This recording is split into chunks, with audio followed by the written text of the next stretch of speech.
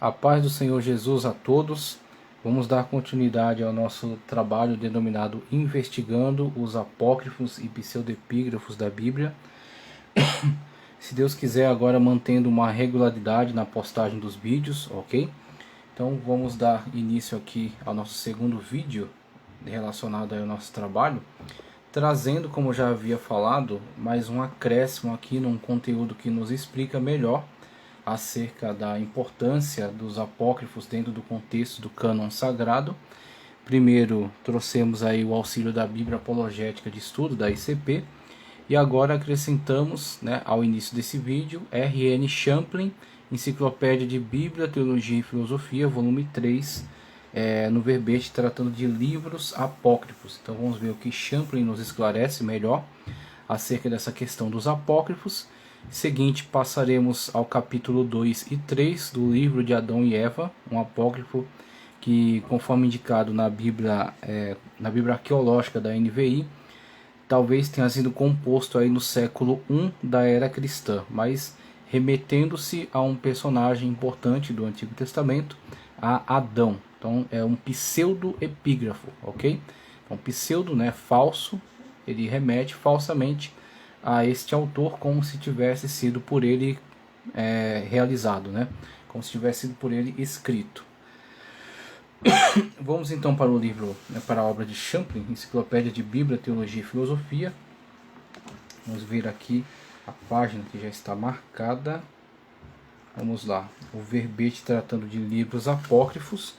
Estamos na página 873, tá certo? 873, e passamos a ler aqui então este auxílio importantíssimo aqui nos prestado por R.N. Champlin. Vamos lá, livros apócrifos, Antigo e Novo Testamento. Apócrifo vem do grego apócrife, oculto, secreto, misterioso, termo aplicado a certos livros que são tidos como sagrados, mas cuja validade é negada por muitos. A palavra ocorre em Marcos 4:22, Lucas 12:2. Pois nada está oculto ou apócrifon, senão para ser manifesto, e nada se faz escondido, senão para ser revelado. Ver também Carta de Paulo aos Colossenses 2, verso 3. Em que todos os tesouros da sabedoria e do conhecimento estão ocultos. A primeira vez em que o termo aparece para designar uma classe de livros é em Stromata 13, capítulo 4 de Clemente de Alexandria, um dos apologistas, um dos integrantes da patrística, defensores aí do cristianismo nos primeiros séculos. Então, já com essa introdução, vemos que muito dessa literatura foi reputado como uma literatura tida como importante, então foi dado certo valor, tanto que foi preservada em alguns meios.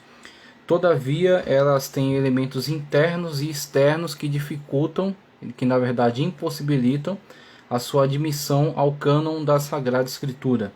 Elas não têm o testemunho externo das comunidades com relação à autoria, a real autoria por parte de apóstolos ou auxiliares diretos dos apóstolos, e internamente eles declaram certos conteúdos, eles contêm alguns conteúdos que entram em contradição tanto em relação a si, aos próprios textos, quanto em relação ao texto dos livros tidos sim como canônicos, as cartas, Evangelhos, Apocalipse, Atos e conteúdo canônico do Antigo Testamento, que é por onde estamos começando aqui.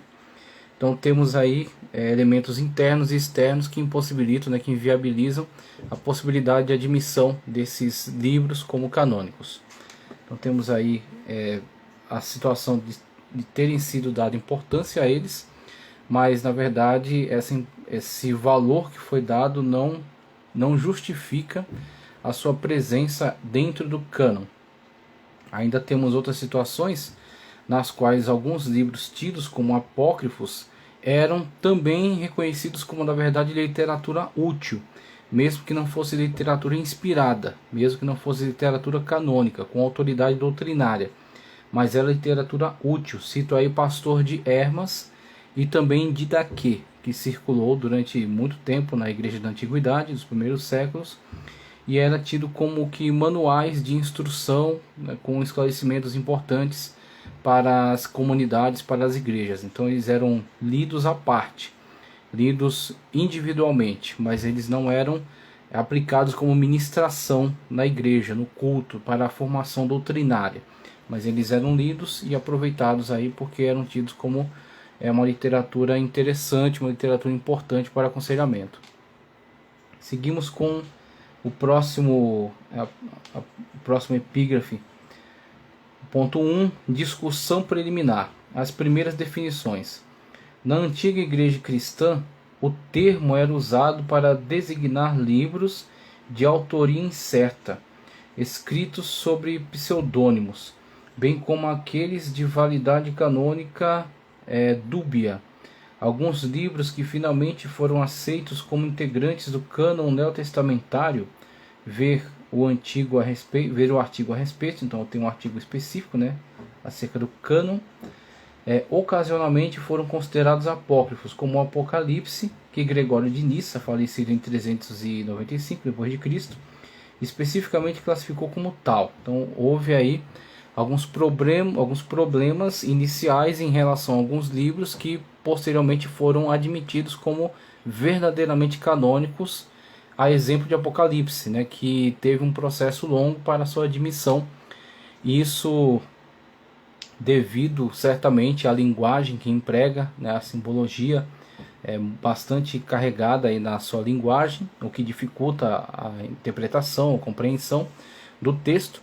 E assim como que numa medida de segurança, e isso é louvável, porque está se falando de algo canônico, algo que vai orientar a vida, vai reger a vida e a fé das comunidades cristãs. Então, pessoas como Gregório de Nissa eram dentre aqueles que tinham bastante prudência ao entender, tá certo, a endossar esses conteúdos como canônicos.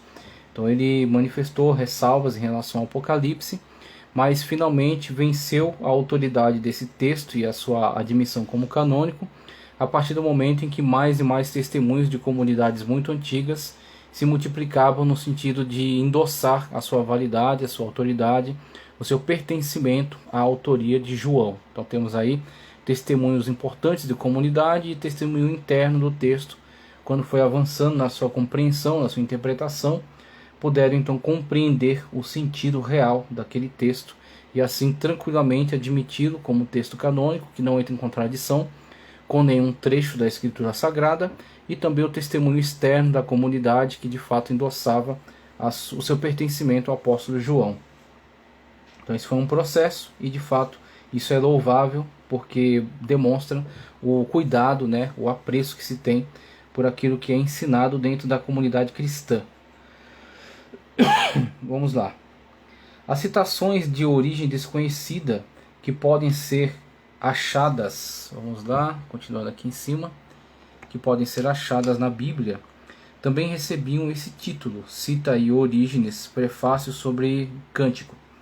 Jerônimo supunha que as palavras de Efésios 5,14, desperta, ó tu que dormes, levanta-te de entre os mortos e Cristo te iluminará, eram de um profeta desconhecido e portanto apócrifas. Então tem aí alguns proponentes de trechos supostamente apócrifos, né? Então temos aí Orígenes, que declara que alguns trechos, né, de cantares possam ser textos apócrifos, na verdade, e Jerônimo, o grande tradutor para a Vulgata Latina, que declara que o trecho bíblico de Efésios, carta de Paulo aos Efésios, capítulo 5, versículo 14, seria então, na verdade, um texto apócrifo extraído de um outro profeta, né, um profeta desconhecido. Então temos aí essas propostas, né, desses grandes expoentes da antiguidade cristã, que lançavam aí certo questionamento sobre trechos, afirmando serem trechos apócrifos. Mas isso não prevaleceu e muitos autores, muitos teólogos, né, muitos irmãos que investigaram aí o texto canônico, de fato compreenderam ser esses trechos bíblicos, né, estarem plenamente de acordo com a totalidade do cânon e assim não haver qualquer motivo para maiores dúvidas, maiores questionamentos em relação a isso. Então prevaleceu, né, a canonicidade desses textos de forma integral. Seguindo, diz aqui, e portanto apócrifos, né, como eu disse, Epifânio usava a palavra para aludir aos livros que não eram postos na Arca da Aliança. Então para ele tinha um outro sentido, né, o termo apócrifo. Não o que estamos empregando aqui, mas simplesmente a questão de não serem os livros que ocupavam espaço dentro da Arca da Aliança. Então sendo apenas aqueles livros, vamos colocar assim, como verdadeiramente canônicos, sendo todos os demais, na verdade, escritos apócrifos, né? Então esse aí é o entendimento de Epifânio. Ainda bem que tal entendimento não prevaleceu, porque nós vemos que não somente a Torá, né, não somente o Pentateuco, mas os outros compêndios também gozam de autoridade canônica, né? Nós temos os livros históricos, sapienciais, profetas maiores, profetas menores, né? Novo Testamento, também são textos que gozam de autoridade, e o seu conteúdo interno está plenamente concatenado, né? Ele está num funcionamento perfeito. Então vemos aí que de fato há uma harmonia, né? Há a marca, né, de que mesmo tendo vários escritores, todo esse texto sagrado é fruto, é origem sim de um autor, o autor sagrado, o Espírito Santo de Deus, que nos comunicou essa verdade, nos transmitiu por meio dessas ferramentas humanas, né, homens utilizados como instrumentos no registro, né, dessa revelação sagrada. Seguindo aqui, Epifânio usava a palavra para aludir, aos livros que não eram postos na Arca da Aliança, né, como ele diz aí, mas que eram guardados em outro lugar. E aí segue, visto que a maioria dos livros apócrifos não eram tidos como dignos de serem lidos nas igrejas, embora muitos deles eram aceitáveis para a literatura individual, como falei acerca do Pastor de Hermas, né, o próprio termo apócrifo veio a tomar o sentido de espúrio, ou mesmo de herético, embora no século V depois de Cristo a palavra continuasse sendo largamente usada para denotar os livros não canônicos e não obras heréticas. Então faz-se aí uma diferenciação entre a aplicação do termo apócrifo, dizendo-se que na verdade há uma categoria de livros que era designada como apócrifos, que não necessariamente eram heréticos, né, que não eram prejudiciais, danosos à fé das pessoas, que eram muitas das vezes até recomendáveis, que eram úteis para uma leitura individual, mas que não gozavam de autoridade canônica, por não terem nenhum testemunho das comunidades, né? E também por causa de sua coerência interna, então haverem aí alguns problemas com relação ao seu conteúdo. Então acreditava-se que por esses livros não representarem um grande mal, a propagação de uma perniciosa heresia, podiam ser então lidos individualmente por quem se interessasse, mas que não figurariam entre os textos tidos como inspirados, como sagrados, como canônicos, né? E acreditava-se que haviam outros que eram de fato textos heréticos, textos utilizados, né, usados como ferramenta de propagação de heresias perigosas para a fé cristã, aos quais era completamente vedado o acesso à leitura, né? Mesmo que até diante dessas proibições puderam estes resistir ao longo do tempo e chegar até os nossos dias, apesar que muitos deles com cópias que não remetem a uma época tão antiga, na verdade são bem recentes, né, tendo manuscritos antigos em péssimo estado, né, muito deteriorado. Nós vamos ver no verbete transmissão textual, tá certo? No Dicionário Crítico de Teologia, nos falar um pouco melhor acerca disso, tá ok? Seguindo aqui, vamos lá. Das igrejas. Embora muitos deles eram aceitáveis para a leitura individual, o próprio termo apócrifo veio a tomar o sentido de espúrio ou mesmo herético, embora no século V depois de Cristo a palavra continuasse sendo largamente usada para denotar os livros não canônicos e não obras heréticas, né, como li. Isso corresponde ao uso de Jerônimo. Então Jerônimo concordava, né, com este uso, diferenciando-se entre apócrifo como simplesmente não canônico ou apócrifo como pernicioso, perigoso, herético, né, danoso para a fé cristã. Jerônimo, de 420, né, cristã, né, sendo a ideia que predomina hoje. Então é uma ideia que na verdade permanece quando nós vemos alguns textos apócrifos e pseudepígrafos que são tidos como perigosos por propagarem heresias, né, muito perigosas à fé cristã, à doutrina, a sagrada doutrina, e outros que na verdade apresentam conselhos até muito úteis, né, e que são recomendáveis para a leitura individual, mesmo não tendo autoridade canônica, tá ok? Então temos aí essas categorias de apócrifos e pseudepígrafos. Vamos dar sequência aqui na leitura com o subtítulo: Posição, a influência dos livros apócrifos e pseudepígrafos sobre o judaísmo posterior ou judaísmo helenista, o cristianismo e o judaísmo moderno. A. Posição canônica. Vamos lá.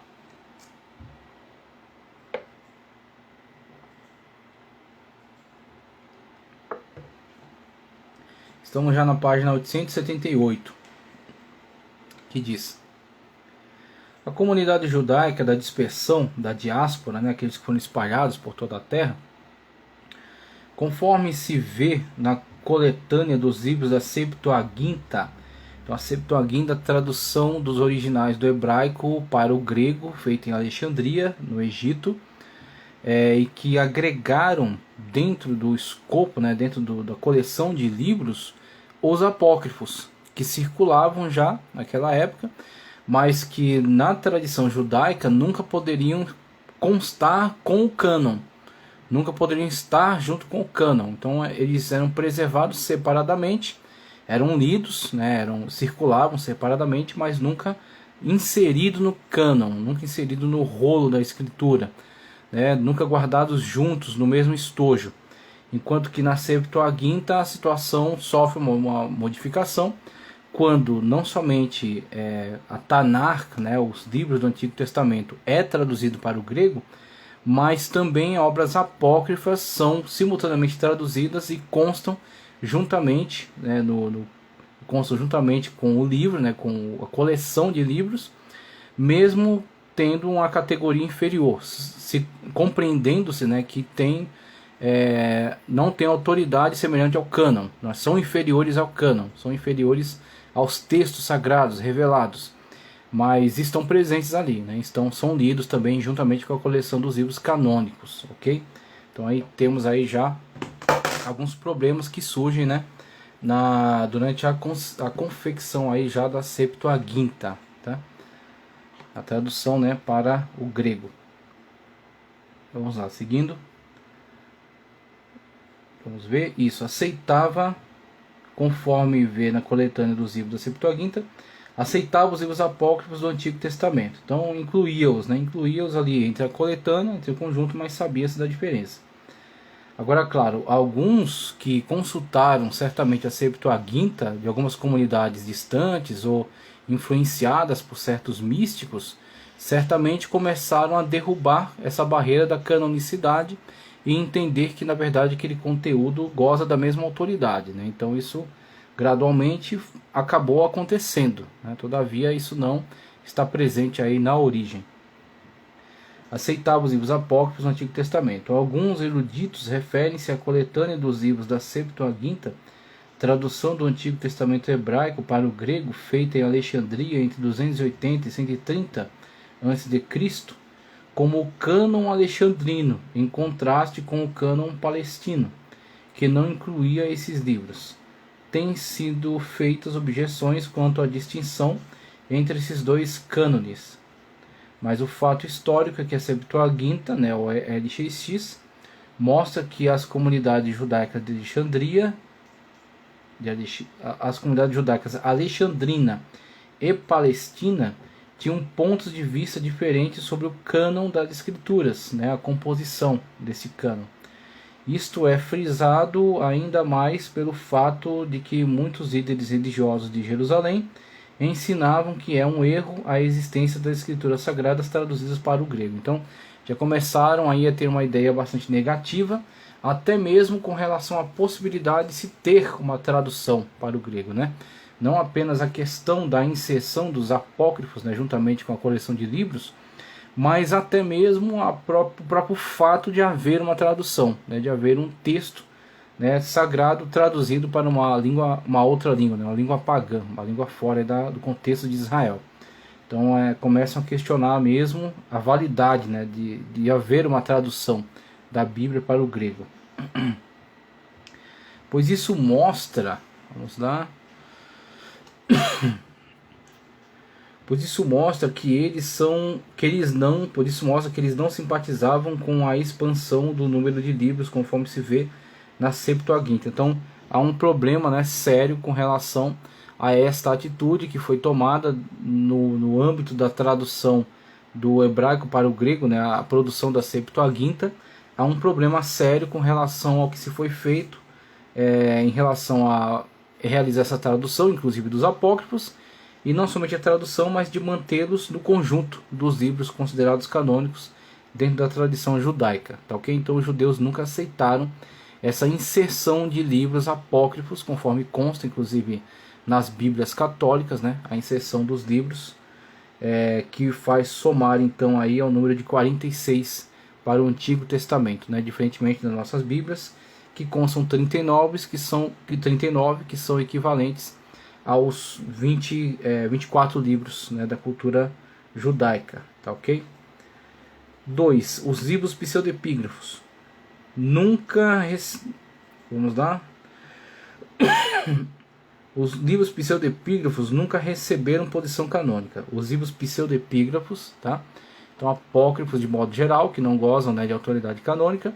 Pseudepígrafo, mais especificamente aqueles que são obras atribuídas falsamente a um herói, né, da fé, um herói que consta nas Sagradas Escrituras, como é o caso do que estamos lendo o livro de Adão e Eva, né, atribuindo-se então, né, ao primeiro casal. Nunca receberam posição canônica, embora tenham exercido forte influência sobre as ideias. É aí onde entra o perigo. Muito daquilo que a teologia pratica na atualidade, principalmente muitas ideias inovadoras, ideias um tanto estranhas, né, à doutrina sagrada, elas decorrem do fato de muitos estudiosos não terem escrúpulos ao investigarem esses textos, obterem informações extravagantes, informações interessantes, né, curiosas, na verdade, né, informações curiosas, e misturarem essas afirmações ao conteúdo bíblico normal, conteúdo bíblico autorizado. Então muitas das vezes eles inserem essas informações como se eles tivessem um conhecimento maior, né, mais profundo em relação ao texto, mas que na verdade é advindo de textos não autorizados, de textos espúrios, né, textos rejeitados, né, textos que estão vinculados a livros apócrifos, e muitas das vezes não se tem a devida honestidade em se declarar de onde se está tirando o conteúdo. Então elaboram-se pregação, elaboram-se ensinos, doutrinas, que na verdade são alimentadas por textos apócrifos.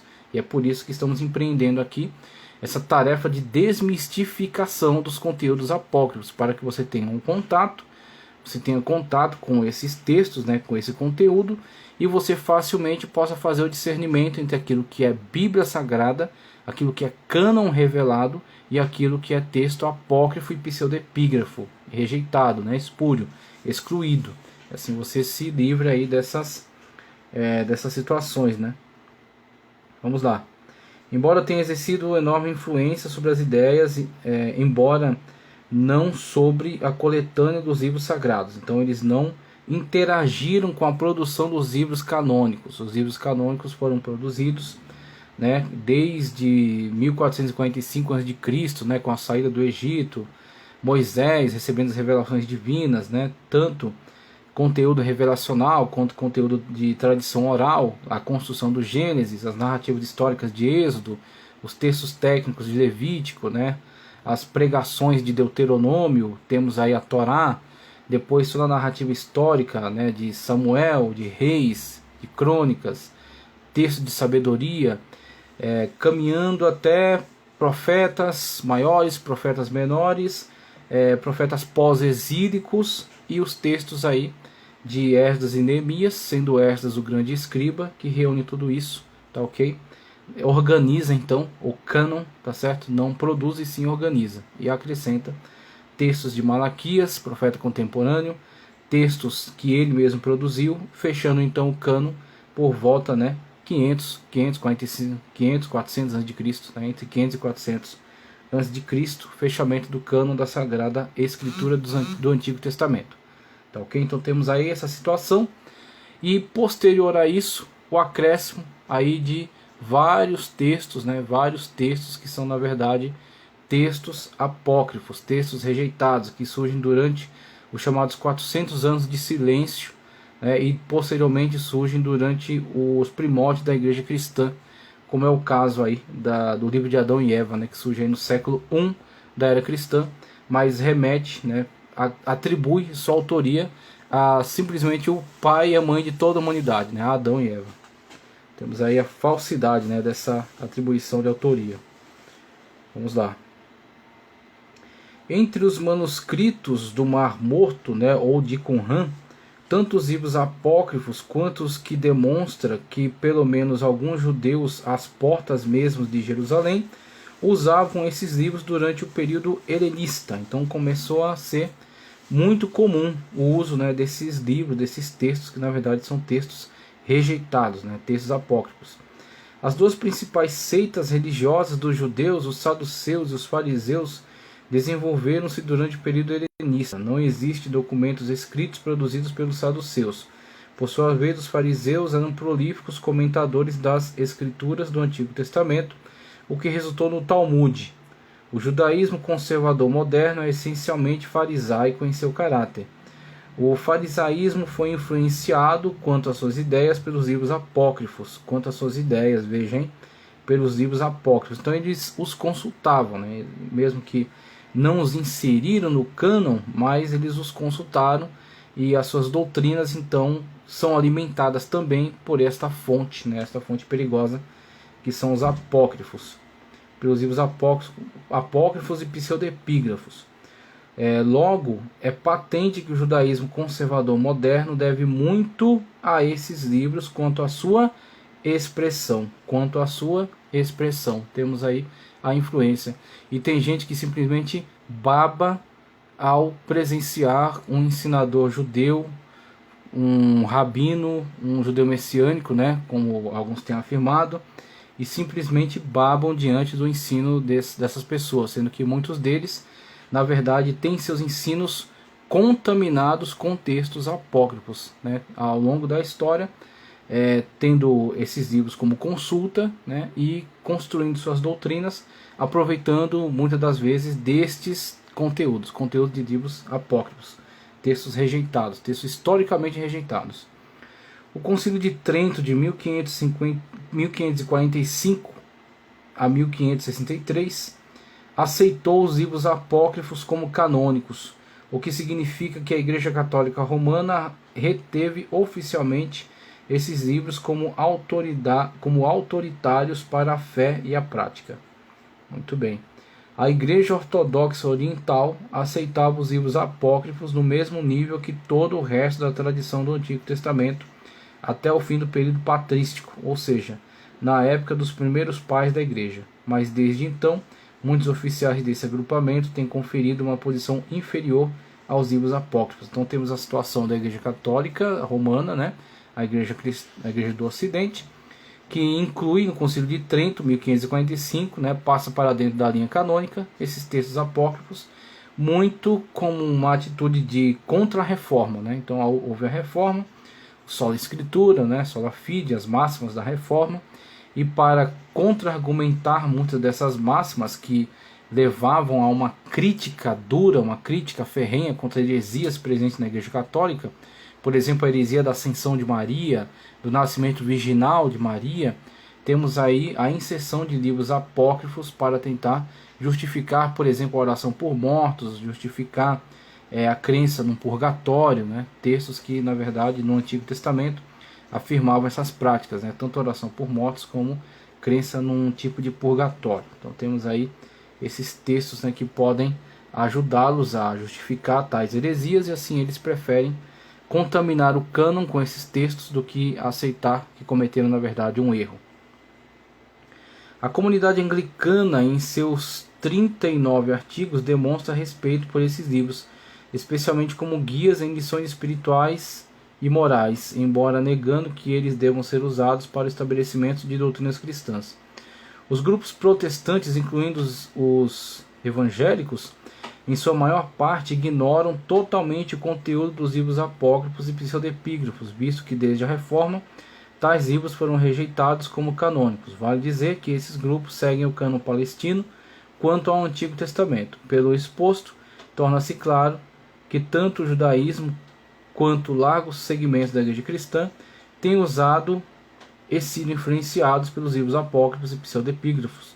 Os itens abaixo mostram isso de modo incisivo. Ok, então temos aí todo esse histórico, né, que mostra a relação entre os textos apócrifos e o judaísmo, né, com a tradução para a Septuaginta, e posteriormente a posição oficial da Igreja Católica no Concílio de Trento, e historicamente a atitude da Igreja Ortodoxa, né, com relação à admissão desses textos, né, desses livros, num mesmo patamar de autoridade do Antigo Testamento. Então, com isso, temos sempre que investigar a origem das doutrinas, a origem dos ensinos, das teologias praticadas, porque muitas delas podem estar, sim, contaminadas com ideias extrabíblicas, extracanônicas, ideias que não estão presentes dentro da nossa sagrada, né, canônica, revelada Escritura.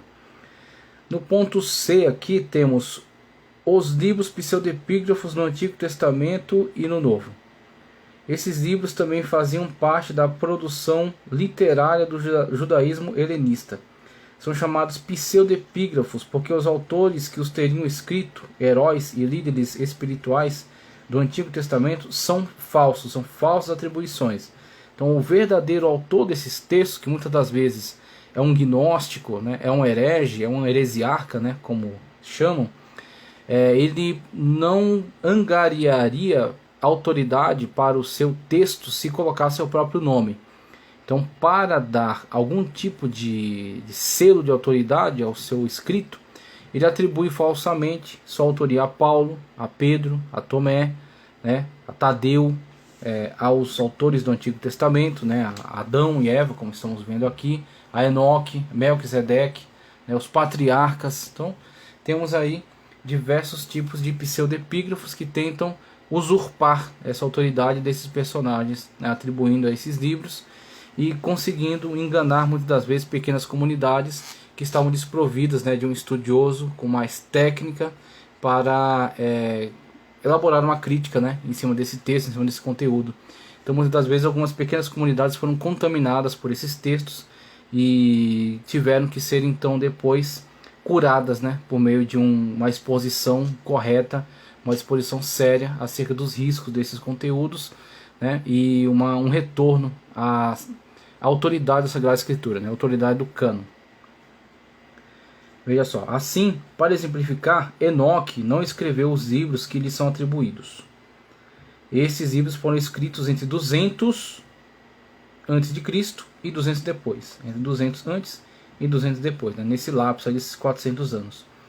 Incluem o livro dos Jubileus, a carta de Aristides, os livros de Adão e Eva, que estamos fazendo leitura, ó, escritos aí entre 200 antes e 200 e depois, entre 200 antes ou 200 depois de Cristo. Os vários livros de Enoque, os segredos de Enoque, os testamentos dos 12 patriarcas, os oráculos sibilinos, a Assunção de Moisés, inclusive texto, um trecho da Assunção de Moisés citado por Judas, tá, ok? Já explicamos acerca desse tipo de citação. Essa citação não constitui doutrina, mas é simplesmente uma exemplificação para fazer uma ponte com o conhecimento da época. Então você toma ali uma amostra, né, do que era um conhecimento comum na época e você faz ali uma ponte para construir uma argumentação, né, para chamar a atenção do seu público. Mas em cima daquilo ali não foi constituída uma doutrina, tá, ok? Assunção de Moisés, como li, Apocalipse siríaco de Baruque, também chamado segundo Baruque, Apocalipse grego de Baruque, ou terceiro Baruque, quarto livro de Esdras, ou segundo de Esdras, os Salmos de Salomão, o quarto livro dos Macabeus, a história de Aicar e as declarações dos pais, ou Pirkei Avot, né? Pirkei Avot. Temos aí então esses livros que foram escritos entre 200 antes de Cristo e 200 depois de Cristo, estando incluídos aí dentro dessa literatura denominada como apócrifa ou pseudepígrafa, e sendo então completamente rejeitados, tá certo, como livros canônicos. Não são de maneira alguma aceitos como livros canônicos. Então encerro por aqui essa contribuição de Champlin, tá certo, de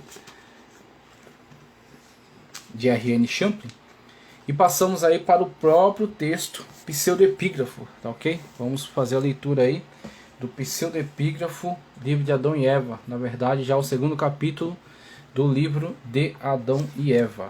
Vamos fazer a leitura então do texto e finalizarmos aí a nossa exposição com um trecho bíblico, tá certo? Com alguns trechos bíblicos que fazem um contraponto, tá ok? Que fazem um contraponto a essas declarações presentes aí nesses pseudepígrafos de Adão e Eva. Vamos lá. As narrativas, elas são, vamos dizer assim, um tanto romanceadas, tá ok? Então tem algo de interessante quando você vê, quando você consegue, como que numa janela do tempo, né, você observar como pensavam as pessoas dessa época, né? Época tão antiga na história, né? O começo aí do cristianismo. E você consegue então observar como eles pensavam, como eles entenderam algumas coisas, como eles distorcem, né? Como eles tentam inserir algumas ideias que são externas à Sagrada Escritura. Então você pode ver aí um herege muitas das vezes trabalhando aí na sua mesa, na sua escrivaninha, né? Escrivaninha da sua casa, através desses textos apócrifos aqui.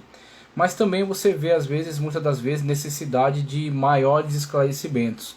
Então, às vezes o que o autor demonstra é que ele não se satisfaz com a narrativa bíblica, que não dá tantos detalhamentos em relação a alguns contextos. Então a Bíblia Sagrada tem um propósito, e não é entreter, não é simplesmente informar, mas é informar com um propósito, que é o propósito da nossa salvação. Então a Bíblia Sagrada se preocupa com o que é para a nossa salvação. Então tudo aquilo que está fora desse âmbito não é do seu interesse. Então ela não perde tempo com esses tipos de ilustrações, de detalhamentos, porque não são livros de biografia, nem livros de história geral, ok? Então são livros dedicados à salvação, à revelação de Deus para a nossa salvação, o suficiente para a nossa salvação. E assim ela é bastante direta, tá certo? Nesse propósito de conteúdos edificantes, conteúdos que nos provoquem, conteúdos que fortaleçam a nossa fé para a nossa salvação. Assim, muitas das vezes o que esses autores demonstram é que eles gostariam de um pouco mais de informações, de ilustrações, tá certo? Da situação da época, do sentimento, dos personagens. E o que ele faz? Ele avança a linha, avança o farol vermelho e vai lá por sua própria conta e risco e ilustra esses contextos aí. É isso que você vai ver aqui nesse capítulo 2, principalmente capítulo 3. Ele está ilustrando contextos que a Bíblia não deu. E aí quando você olha para isso aqui, você vê a necessidade que muitas das vezes pessoas apresentam nos nossos dias. Ah, irmão, mas como é que foi isso aqui? Mas o que ele sentiu? Mas o que ele falou? Mas o que ele fez?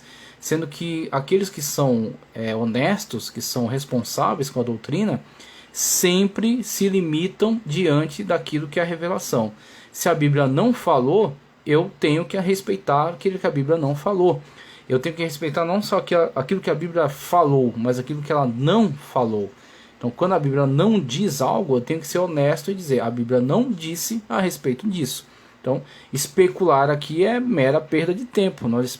Você pode especular o que você quiser, não tem limite para a especulação. Agora, conteúdo bíblico é somente dentro dos limites do cânon. Agora, muitas pessoas, muitas das vezes, não se satisfazem com isso e querem avançar. E aí é onde entra a produção de apócrifos da antiguidade e atuais. Tem um monte de livro apócrifo aí circulando, né, nas livrarias. Mas vamos ao texto, né? Livro de Adão e Eva, pseudepígrafo, né, de Adão e Eva, capítulo 2, nos diz o seguinte: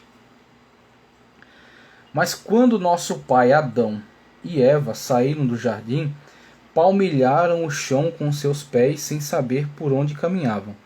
E quando chegaram à abertura dos portões do jardim, e viram a terra vasta estendendo-se diante deles, coberta de pedras grandes e pequenas, e de areia, tiveram medo e tremeram, e prostraram-se com suas faces no chão, acometidos pelo medo, e jaziam como mortos.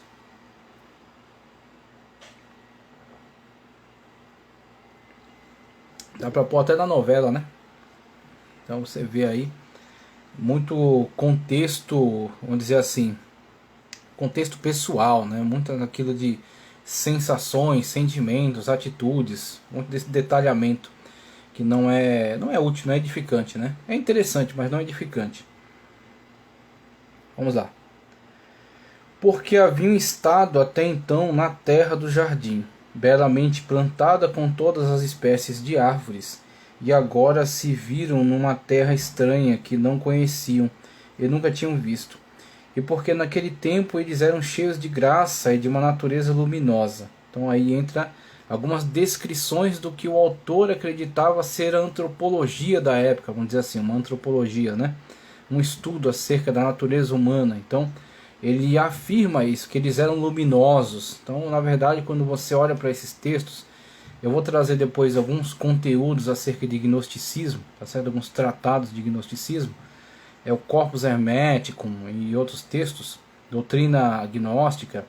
Você vê, na verdade, algumas aproximações. Então, ele está aproximando personagens bíblicos por meio das suas descrições com emanações, por exemplo, seres angelicais, né, esse tipo de coisa. Então, muitas das vezes o quadro que ele está pintando é gnóstico, mesmo que ele tente se manter dentro das linhas da narrativa bíblica, ilustrando, teorizando, especulando acerca de algumas situações, e no meio delas ele vai incutindo aí a sua verdadeira crença, que muitas das vezes é uma crença gnóstica, tá ok? Então, o que você vê muitas das vezes são esse tipo de inserção aí. Então, expande a narrativa para nessa expansão ter a liberdade de acrescentar elementos estranhos, né? Elementos, por exemplo, como essa descrição de que eles eram luminosos. Onde que a Bíblia diz que eles eram luminosos? Que eles tinham luz própria, tá ok?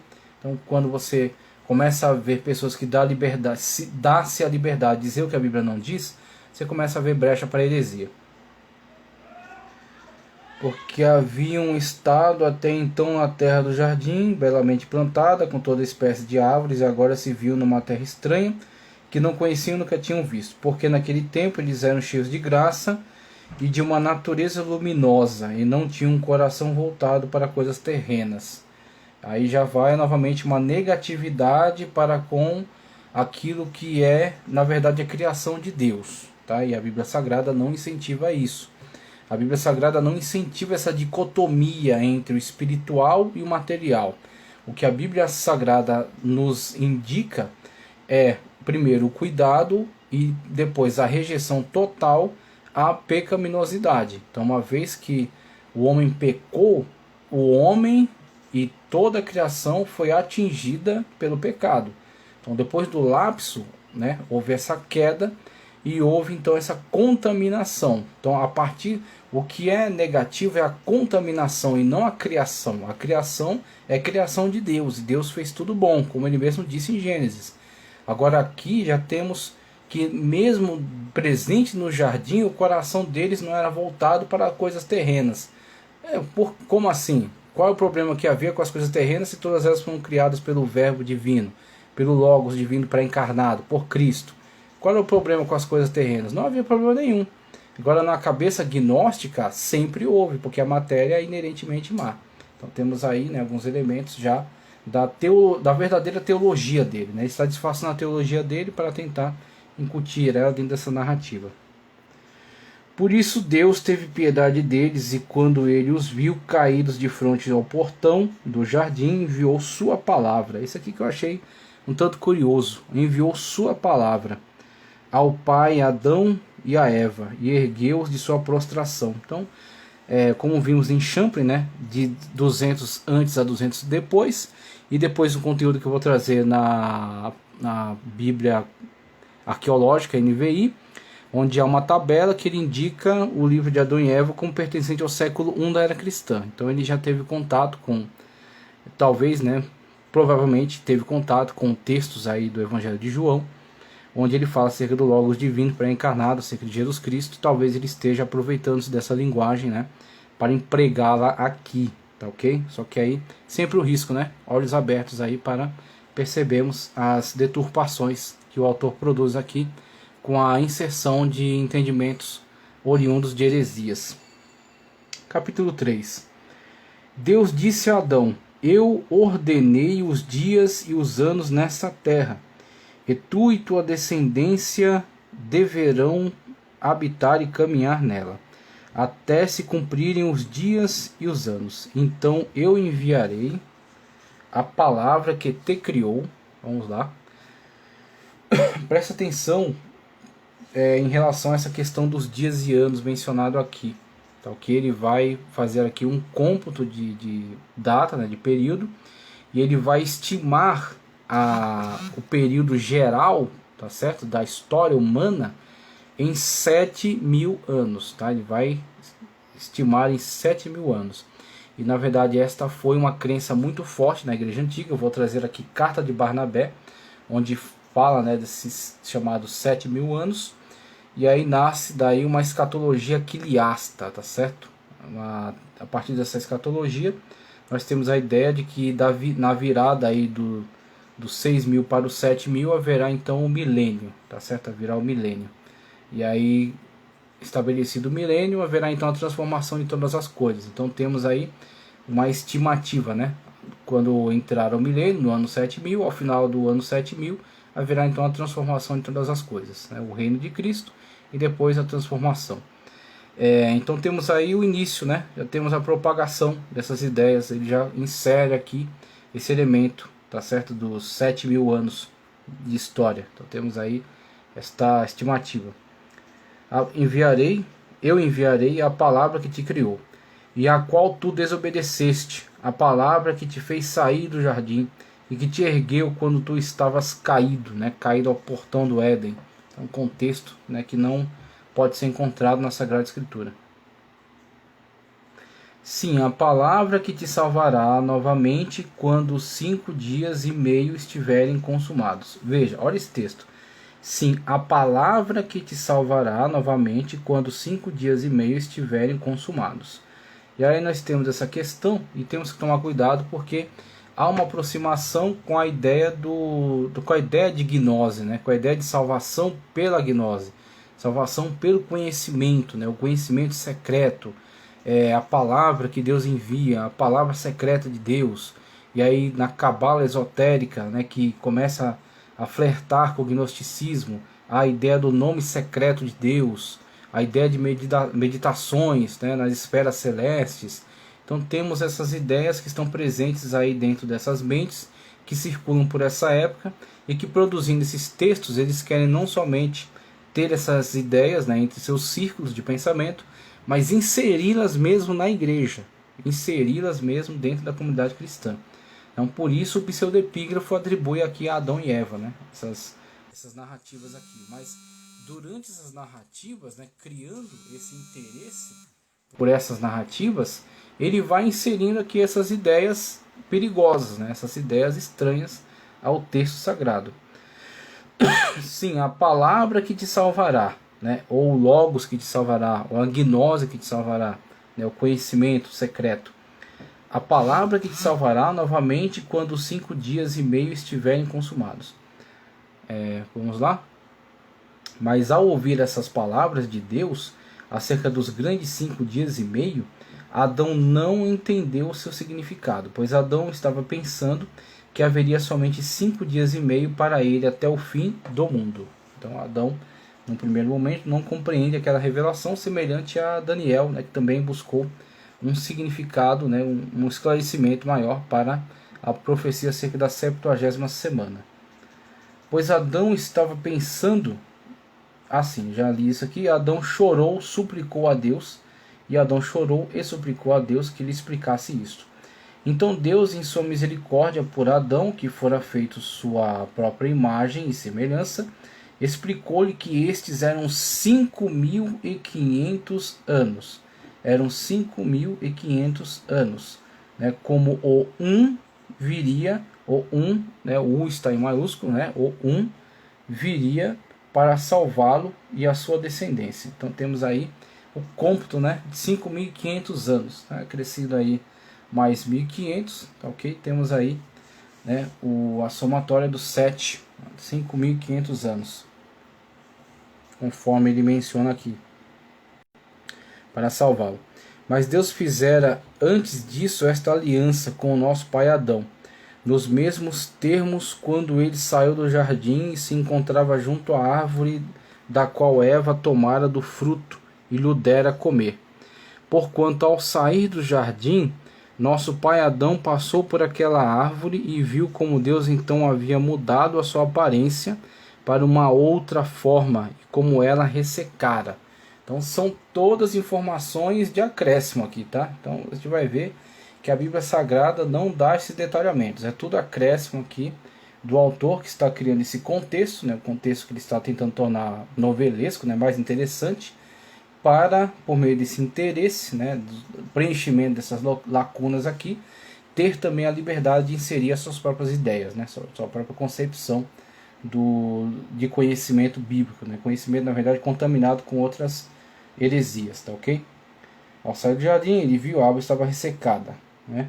E aproximando-se dela, Adão teve medo, tremeu e caiu. Mas Deus, em sua misericórdia, ergueu e então fez esta aliança com ele. Aí temos a situação, né, que podemos até ver, talvez, uma aproximação com aquela narrativa acerca de Cristo, quando amaldiçoa a figueira, né, e ela resseca. E em seguida aqui, mais uma dessas descrições nas quais Adão está manifestando, né, um sentimento muito forte, muito pesado, ele desmaia, ele tem então essas reações e Deus usa de misericórdia, e Deus ressuscita, Deus anima, Deus promete, Deus faz compromissos e por aí vai. Então ele traz esse tipo de ilustração aqui, né? E novamente, quando Adão estava junto ao portão, do jardim, aqui, quando estava junto ao portão do jardim e viu o querubim com uma espada de fogo fulgurante na mão, encolerizar-se e fitá-lo com desagrado, tanto ele quanto Eva ficaram com medo dele e pensaram que ele tensionava matá-los. Assim eles prostraram-se e tremeram de medo.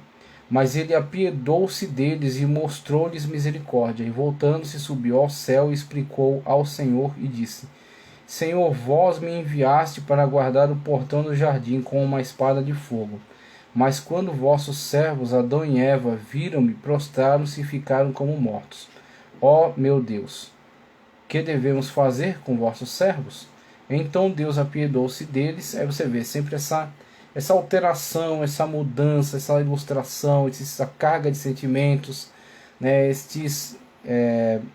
Todos esses detalhes, né? Esses constantes detalhamentos aí que são produzidos, torna esse conteúdo com uma aparência muito mais de uma novela do que de uma narrativa bíblica, né?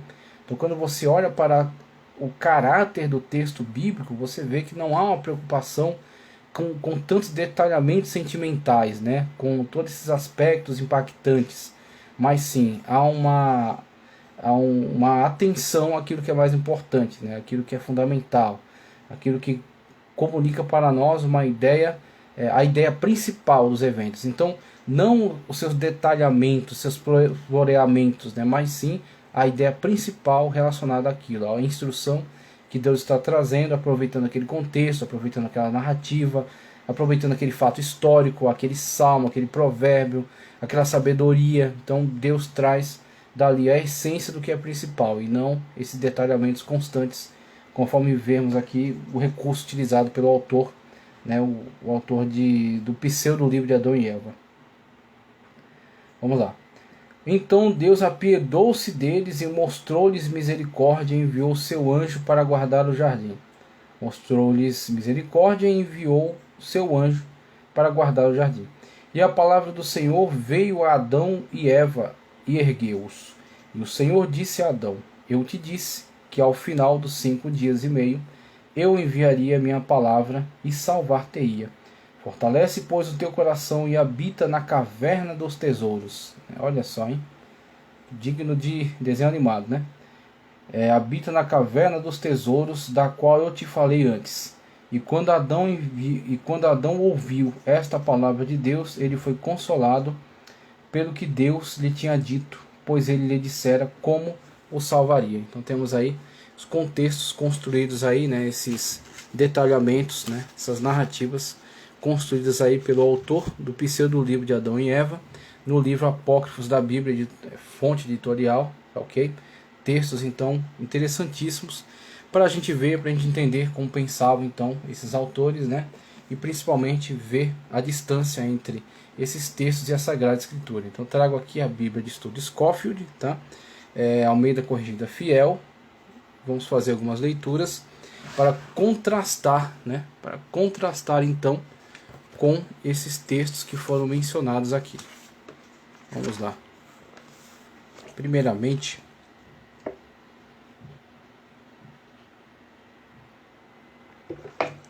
quero trazer aqui em relação a Gênesis capítulo 2, para nós termos sempre certo o que a Bíblia diz a respeito, né? Não ficarmos aí com paralelos. É como pessoas que estão hoje acompanhando narrativas de novela e começam a construir o seu conhecimento bíblico a partir ou de livros paralelos, ou de livros de teologia, ou de comentários bíblicos, ou de conteúdos de novela. Então temos aí um conhecimento bíblico muito deficitário, né? Muito confuso, muito perigoso, porque facilmente pode haver distorções, você não sabe quem são os responsáveis por aquela produção, então haverão certamente distorções, muito mais ainda na questão do contexto, né, das novelas, onde se produz um conteúdo mais romanceado, né? Então muitas das vezes se acrescenta algo que não está presente na Bíblia, muitas das vezes se aproxima muito mais de um apócrifo e não do texto oficial, do texto canônico, do texto revelado. Gênesis capítulo 2, versículo 15 diz: a primeira, né, o subtítulo, a primeira aliança, ou a aliança edênica, prova de desobediência. Aí temos aí o subtítulo já demonstrando, né, o viés teológico do comentarista dessa Bíblia, né, que é o senhor, esqueci aqui o nome do Scofield, né, Silas E. Scofield, que elabora aí, junto com Darby, né, a questão do dispensacionalismo, que é na verdade um método de estudo, né, não necessariamente uma doutrina, mas um método de estudo. Então Gênesis 2,15 diz: tomou o Senhor Deus o homem e o pôs no jardim do Éden para lavrar e guardar. E ordenou o Senhor Deus ao homem, dizendo: de toda a árvore do jardim comerás livremente, mas da árvore do conhecimento do bem e do mal, dela não comerás, porque no dia em que dela comerdes, certamente morrerás. Muito bem. Então, por que eu trouxe esse texto aqui? Para mostrar para você o que a Bíblia fala acerca da árvore do conhecimento do bem e do mal. Então ela traz esse texto aqui, depois traz um texto em que Eva passa a observar o fruto da árvore do conhecimento do bem e do mal, de uma forma muito mais detalhada, né? Então passa a se interessar por este fruto, o que será então a ocasião para a sua queda. Tá? Então quando olhamos para o texto de Gênesis, nós não temos toda essa preocupação com esse detalhamento, com esses contextos, com essas narrativas. Temos apenas esse esclarecimento. Estava presente ali, estava no meio do jardim, era proibido a ele tomar daquela árvore, tá ok? Mas infelizmente sua mulher se deixou levar pela sedução, tomou, e ele não se posicionou corretamente, se deixou também influenciar e caiu no mesmo pecado, sendo ambos então culpados, né? Não havendo aí uma questão de que esse ou aquilo, mas ambos são culpados aí, tanto que Deus traz uma interrogação primeiro ao homem, né, que é o cabeça, depois a mulher, e ambos são responsabilizados, né? Ambos são responsabilizados aí por essa queda.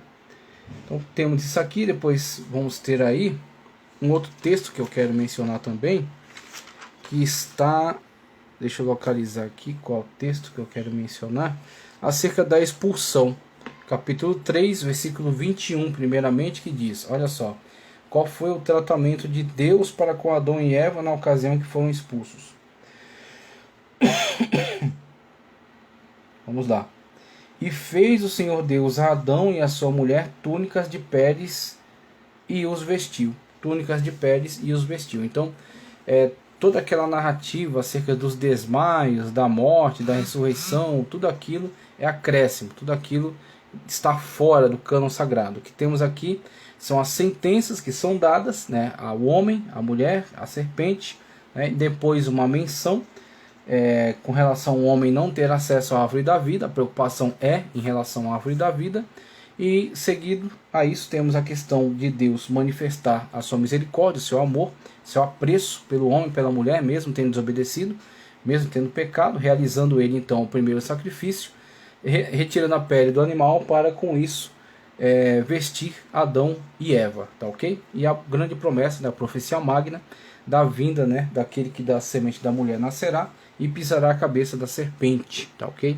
Então temos esse contexto aqui. Isso aqui é o contexto bíblico, tá ok? Aquilo ali é acréscimo, e muitas das vezes você vai ver pessoas construindo pregações, ensinos, ideias, livros, palestras em cima daqueles acréscimos não autorizados, em cima daquilo que não tem força canônica. Então disse o Senhor Deus: eis que o homem é como um de nós, sabendo o bem e o mal. Continuando aqui, ó. Sabendo o bem e o mal. Ora, para que não estenda a sua mão e tome também da árvore da vida, e coma e viva eternamente como um pecador, né? Prolongue sua existência como um pecador, sem haver o devido processo estabelecido por Deus da punição por meio da morte, né? Morte espiritual já aconteceu, com a perda de comunhão, agora morte física mesmo, né? Morte física, conforme Deus havia ordenado. Então, por meio do processo no qual Adão crê na promessa divina, tá certo? Morre mesmo aguardando essa promessa, e mesmo depois de morto é alcançado, né, pela concretização dessa promessa por meio da vinda de Cristo. Tanto Adão quanto os demais seguidos após ele até a vinda de Cristo, todos que morreram esperando pela sua vinda, são alcançados, né? Morreram esperando pela sua vinda em obediência a Deus. Obediência a Deus dentro do contexto da sua aliança. Alianças, né, que foram firmadas aí por Deus ao longo da história.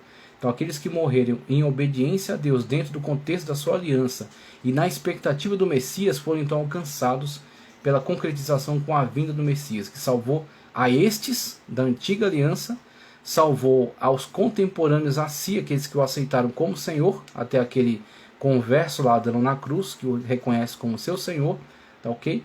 E os posteriores até o momento em que o Senhor Jesus Cristo nos chamar, tá certo? Até o momento da primeira ressurreição, né? Aqueles que ressuscitarão para viver eternamente. Vamos ver então. Não estenda, né? Ora, para que não estenda sua mão, e tome também da árvore da vida, e coma, e vive eternamente. O Senhor Deus, pois, lançou fora do jardim do Éden, para lavrar a terra de que fora tomado, e havendo lançado fora o homem, pôs querubins ao oriente do jardim do Éden, e uma espada inflamada que andava ao redor para guardar o caminho da árvore da vida. O foco agora é sobre a árvore da vida. A guarda aqui colocada pelo querubim não é substituída, e o homem, pelo menos na narrativa bíblica, não tem todo esse teatro, né, esse desmaio, né, esse desmorecimento. Nada disso está presente no contexto da Sagrada Escritura. Finalizo aqui, tá certo, essa contribuição, esse contraponto da Sagrada Escritura com a leitura do Evangelho de João. Vamos lá para o Evangelho de João, certo? Vamos lá para o Evangelho. Deixa eu localizar aqui corretamente. Texto do Evangelho de João, capítulo 1, versículo 1, para vermos quem de fato é a palavra de Deus. No princípio era o Verbo, e o Verbo estava com Deus, e o Verbo era Deus. Ele estava no princípio com Deus. Todas as coisas foram feitas por meio dele. Ok? Todas as coisas foram feitas por meio dele. E sem ele nada do que foi feito se fez. Nele estava a vida, e a vida era a luz dos homens. A luz resplandece nas trevas, e as trevas não a conheceram. Maravilhoso. Então, sempre que olhamos para essas narrativas e vemos uma depreciação da criação em si, não a questão da criação contaminada, mas da criação em si, temos aí elementos gnósticos, né, de rejeição aí da matéria como inerentemente má. E sempre que olhamos para a questão da citação da palavra, temos que lembrar que o único contexto no qual a palavra de Deus está citada de forma correta é na qual Cristo é revelado como a palavra, tá certo? Cristo é o Logos divino, pré-encarnado, eterno, criador de todas as coisas, aquele que criou tudo bom, e tudo que criou será novamente restaurado, né? Tudo para si, para a sua honra e sempre para a sua glória, tá certo? Então agradeço a você por ter estado comigo durante esse estudo, em que vimos conteúdos de Champlin, vimos o texto, tá certo? O pseudepígrafo de Adão e Eva, capítulo 2 e 3, e vimos o contraponto aqui na Bíblia de Estudo Scofield, Almeida Revista Almeida Corrigida Fiel, tá ok? A editora, deixa eu ver, a editora Holy Bible, ok? Então, que Deus continue te abençoando, curta o vídeo, compartilhe, inscreva-se no canal, convide mais pessoas para acompanhar esse trabalho, o trabalho investigando os apócrifos e pseudepígrafos. Nosso próximo encontro vamos trazer conteúdo deste livro que adquiri especialmente para esse trabalho, tá certo? O livro Introdução aos livros apócrifos e pseudepígrafos do Antigo Testamento e aos manuscritos de Qumran, L. Host, tá certo? Editora Paulinas, deixa eu ver aqui, editora Paulinas, isso mesmo. Então vamos trazer conteúdo deste livro, tá certo? Além de conteúdo do Dicionário Crítico de Teologia e Dicionário Wycliffe da CPAD. Muito obrigado, que Deus continue sempre te abençoando em nome de Jesus.